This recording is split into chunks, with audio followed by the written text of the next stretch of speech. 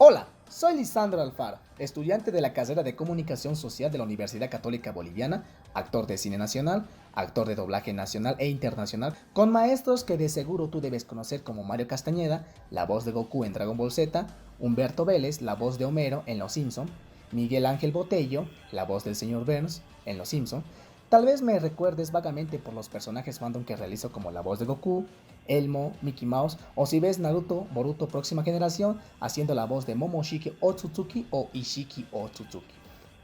Hoy hablaremos de un tema sumamente importante, y es la construcción de hegemonía. Para entender mejor lo que es hegemonía, primero debemos saber qué es hegemonía. Se refiere a la dirección suprema, la preeminencia o el predominio de una cosa sobre otra.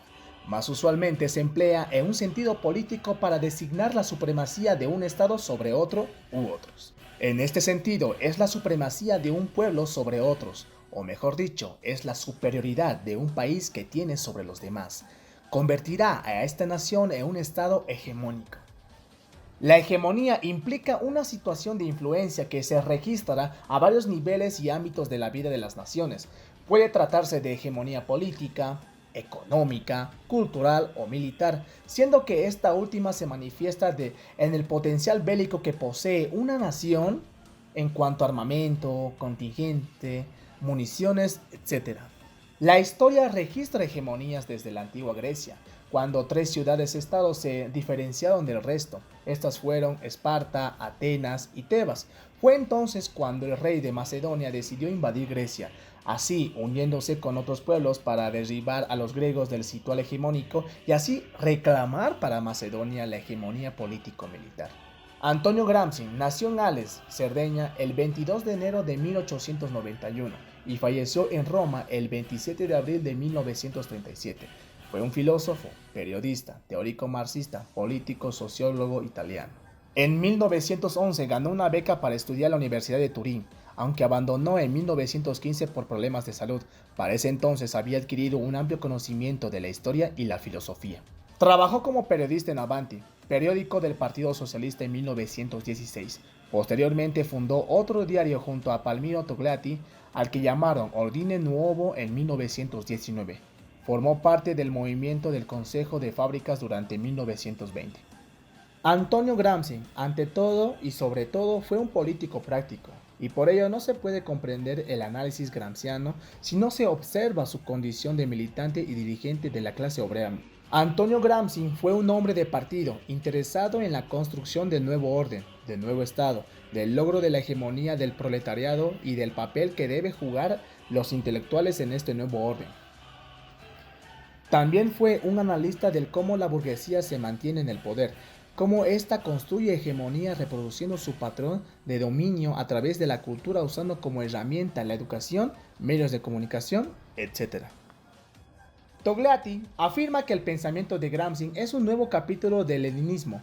Así se puede pensar este elemento de novedad del pensamiento gramsciano como emergente de la búsqueda de confrontar con el campo de precedentes interpretaciones del marxismo que da cuenta de la visión leniana, pero que va más allá de ella. En este sentido, el quehacer de Gramsci conlleva una exhortación al proletariado a salir del corporativismo y presentar toda lucha contra la opresión de manera que pueda construir efectivamente una nueva hegemonía. Esto implica una relación indispensable entre ciencia y acción y el pasaje de una a otra.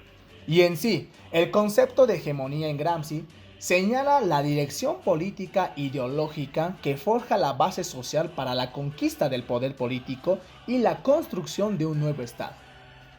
En el mundo tenemos hegemonías resaltantes que son hegemonía cultural y hegemonía mundial. La hegemonía cultural se refiere a la supremacía de una cultura sobre otras. Como tal, es un concepto de desarrollo por el filósofo y político marxista italiano Antonio Gramsci, quien entiende la hegemonía cultural como el dominio, en términos de oposición del sistema de valores, creencias e ideologías de una clase social sobre otras, fundamentalmente de la burguesía sobre la clase obrera. Dicha clase, además, generalmente ejerce el control de las instituciones de las formas de producción. Y en cuanto a la hegemonía mundial, Se denomina el dominio del mundo por parte de una nación o de un conjunto de naciones. La hegemonía mundial entiende a factores de orden político, ideológico, religioso, económico, cultural y militar. El Imperio Romano se fundamentaba sobre todo en su poder militar. El Imperio Español, por su lado, buscaba la implantación de la religión cristiana. El Imperio Británico se propuso el dominio de términos mercantiles. Actualmente, en Estados Unidos y en los países más poderosos en términos económicos y militares del bloque europeo, ejercen una marcada influencia en la política y en la economía a nivel mundial, además de participar de manera directa o indirecta en los conflictos armados en el mundo. Ya para ir terminando, Gramsci entiende que la toma del poder del Estado es necesario, así como también construir uno nuevo. Por ello considera que un grupo debe ser dirigente antes de lograrlo, es decir, debe ir construyendo su hegemonía. Esto es articulando consensos y dirigiéndolos. Una vez conquistado el Estado, la clase que lo logra tiene la dirección y la coerción, y en consecuencia es dirigente y dominante a la vez. Ahora bien, cuando la clase social que detenta el poder ya no puede dirigir, cuando su ideología es rechazada, cuando se van desprendiendo los consensos.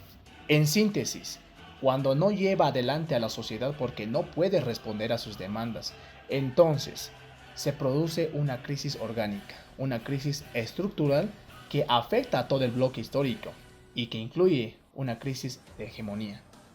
Se puede decir que en Gramsci la acción y organización política desempeñan un rol más destacado que en la obra de Marx. No serán para Gramsci solo las propias contradicciones del capitalismo las que conducirán a su derrumbe, sino también las ideas, los intelectuales, el partido.